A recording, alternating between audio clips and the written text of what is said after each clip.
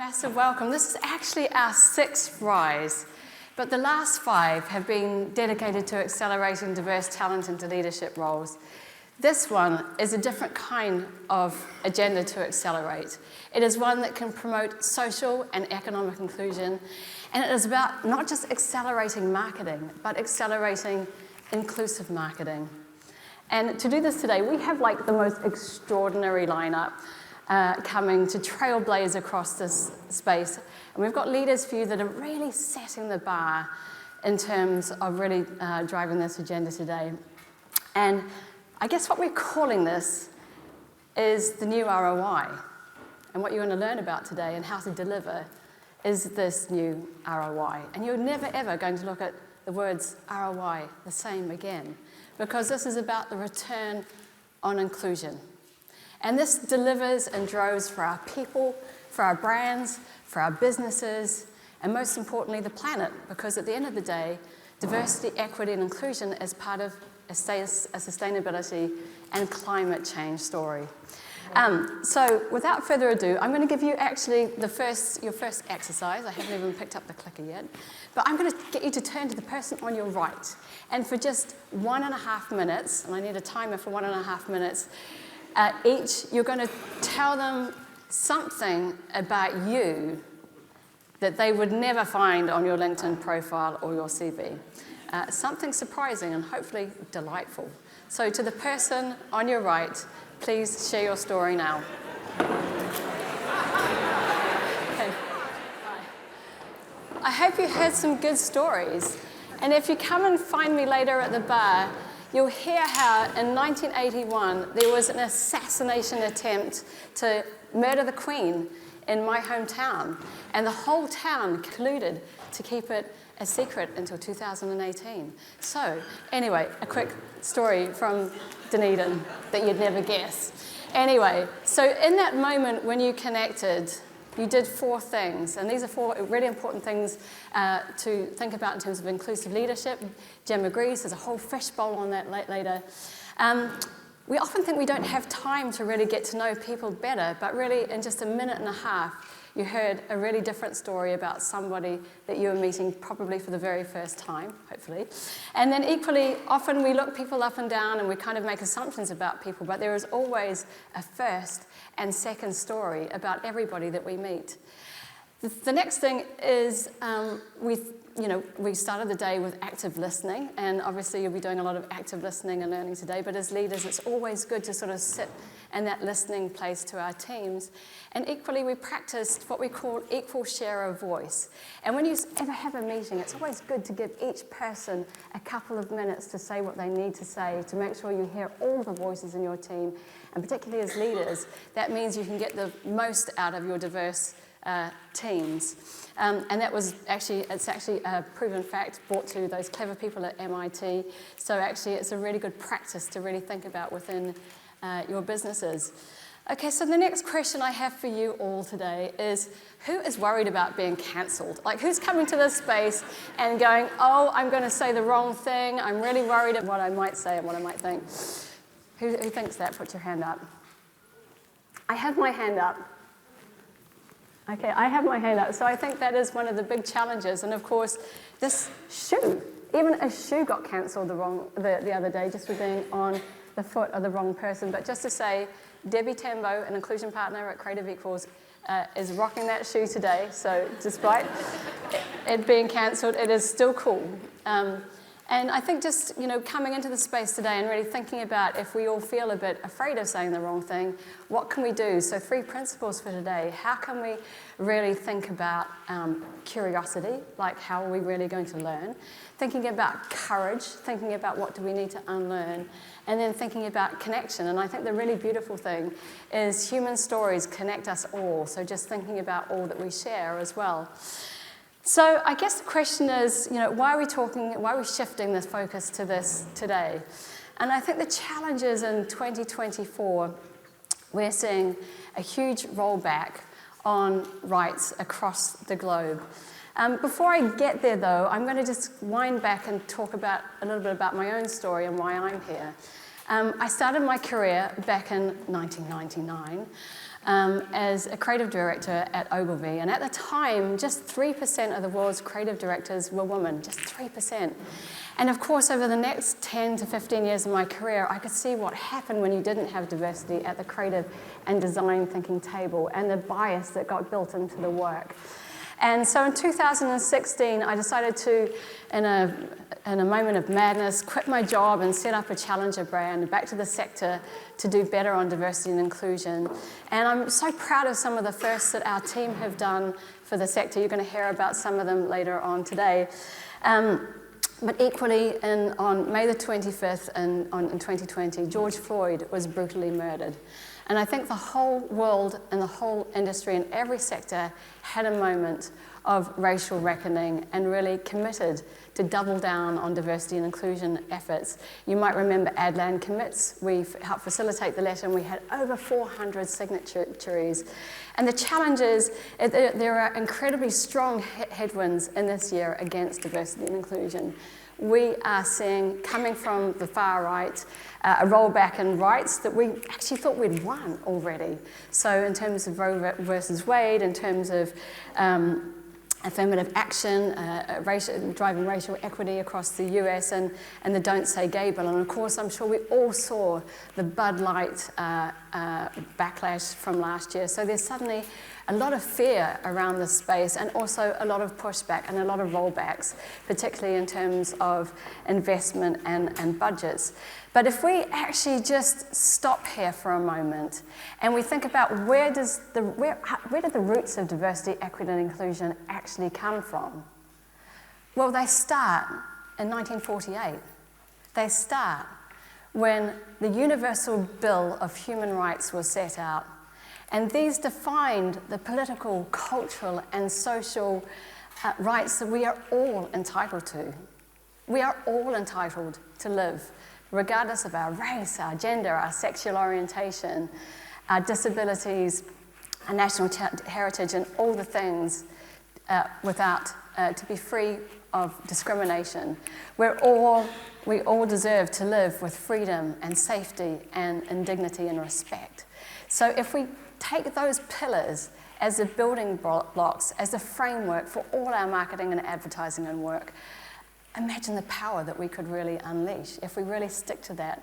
The real challenge is, of course, that each country has its own civil rights, and of course we always have to, respect those in every market that we operate. But I'm going to ask you just to time travel for a moment and just imagine that we're all sitting here in 2030. So the fact is actually the world is going to be looking incredibly different. It is going to be older. 1 in 6 of us are going to be over 65, and along with us getting older, we're also going to get more disabled. The world is getting queerer. I love the stat that at the moment, 53% of Gen Z say that they're attracted to the opposite sex. That means 47% of them are attracted to everybody else. So just acknowledging that Gen Z have very different ways of being in the world. Of course, the world is getting more Muslim, 26% by the year 2030. And of course, in terms of the black diaspora, that is going to be at 26% as well. So we're getting more racially and ethnically diverse. So the world is going to be looking super different by the year 2030. So we also, have to really future-proof our brands and really think about what, planning for that for those years in the future. So thinking and really defining what is diversity, equity, and inclusion in terms of marketing, in terms of work. Well, diversity is all about making sure we represent, making sure that we have that full breadth of humanity within all our work. Thinking about equity, we have to think about, what does fairness look like? Acknowledging that there are certain social structures that actually disadvantage different types of people, and just to make sure that we really think of who is most marginalised in any one story. Inclusion is all about that great sense of belonging, that sense of feeling home, that sense of feeling that you're arrived and you're comfortable with the people that you're with, and being included.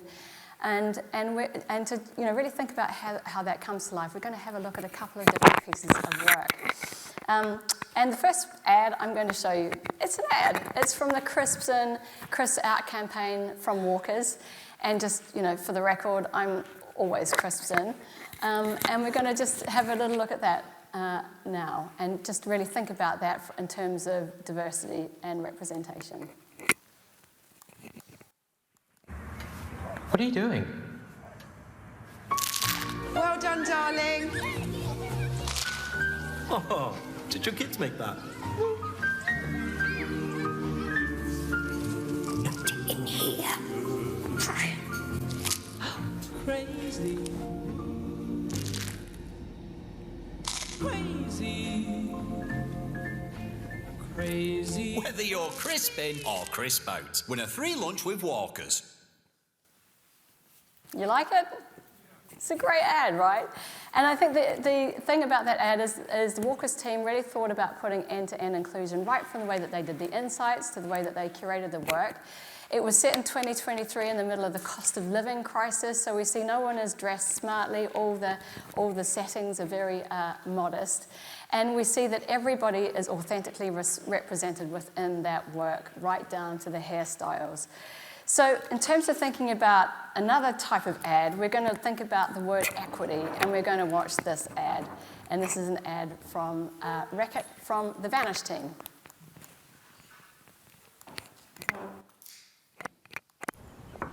Ash, love, it's 7 o'clock.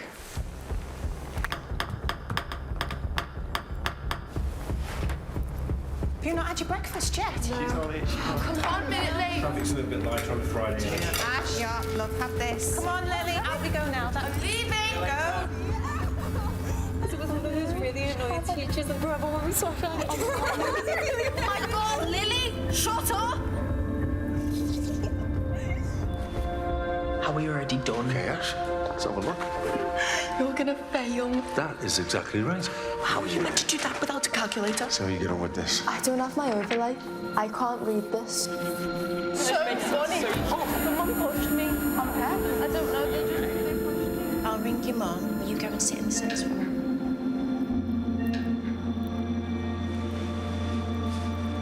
Come on, let's get you home. Dad, can you fix this? Don't get a please. Please. Okay. Wait, you can't see this, but I can?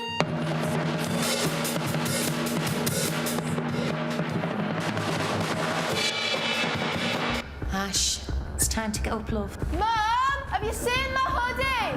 Oh, see, wet towels. And your blazers on. I am not coming into school without it, and Lily's taken it. Tell her to give it me back. She hasn't. Look. Don't touch me. I'm not going to touch you. I'm just sitting here whilst you calm down. Okay? Calm. It's okay. Ash, I'm sorry. I'm really sorry.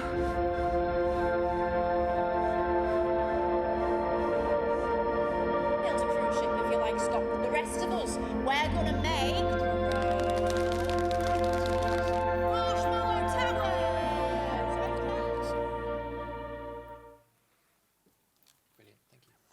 So put your hands up if you would have expected that kind of work from a brand like Vanish. Yeah, it's really unexpected, and it's a beautiful ad. So how Reckitt think about their work is they start with a sustainable development goal. In this case, it's gender equality, SDG goal 5. Then they work through their ladder. They think about, well, what is that brand's superior benefit? Well, in this case, it helps your clothes last longer. It's a stain removal brand, which is also part of their rewear strategy. And then when they think about whose story are they telling, they think about what kind of audience is most disproportionately impacted and pick out that story. And I think the interesting thing is, of course, clothes become a lifeline for autistic people. They are a complete comfort blanket. And, the challenge we have is a lot of young children don't get diagnoses early enough. And again, it's a real way of making sure that this community is socially included. So a really powerful piece of work. So I'm coming to the end, and I have two really amazing pieces of news to break on the stage in just a moment. The first one is looking at work, and we have been studying the Cannes Lions work for the last couple of years, actually last since 2020, and we have noticed over the years that DEI is a complete driver for creative excellence. Last year, every single one of the titaniums had diversity, equity, and inclusion at the heart of the work, and actually across all the Grand Prix, all the goals, 45% of them really, tackled a diversity, equity, and inclusion issue.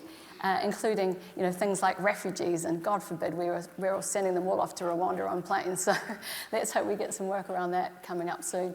And then equally, we've gone into partnership with the Effies, and oh my Lord, I'm so excited about this slide because we have always had the philosophy that who makes the work shapes the work, and now we can prove that who makes the work shapes the work and delivers creative effectiveness.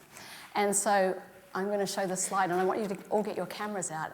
And I'm not going to say the word X, but I'm going to say the word tweet, and tweet the hell out of this. Because look, this is the black line is the average for agencies, and then the more diverse your agency gets, look, that line. Okay, that line. This is the first time we are beginning to collect and see this kind of data. Now, there's been loads of McKinsey studies that talk about how diverse teams are more innovative, more creative, and more profitable. But this is the first time we've begun to see this correlation for the creative sector. So yeah, you're here. You're seeing it for the first time. We are breaking news on stage. Okay, so I'm going to leave you with 3 takeaways. And the first takeaway is, look, fear. We could face everything and run, or we can face everything and we can rise. Copywriter, see what I did there? We can face everything and rise. So yeah, fear is something that we really have to think about, we have to address, and we have to tackle in all our teams and all our work.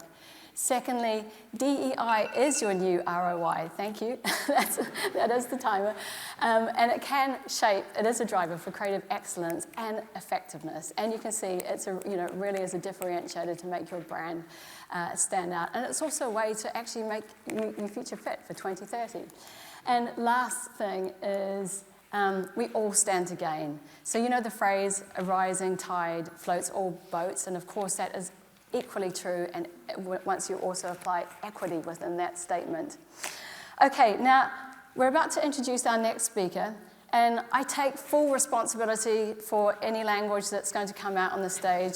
We actually agreed that 9 o'clock was definitely, the watershed because we're all adults. And equally, I said to Nish Kumar that he was welcome to bring his whole self to the stage and not edit himself. So I take full responsibility for Nish Kumar, who's coming on stage next. He is a comedian, a political activist, and if you haven't already, do listen to his podcast, Pod Save the UK. And on that note, welcome Nish Kumar.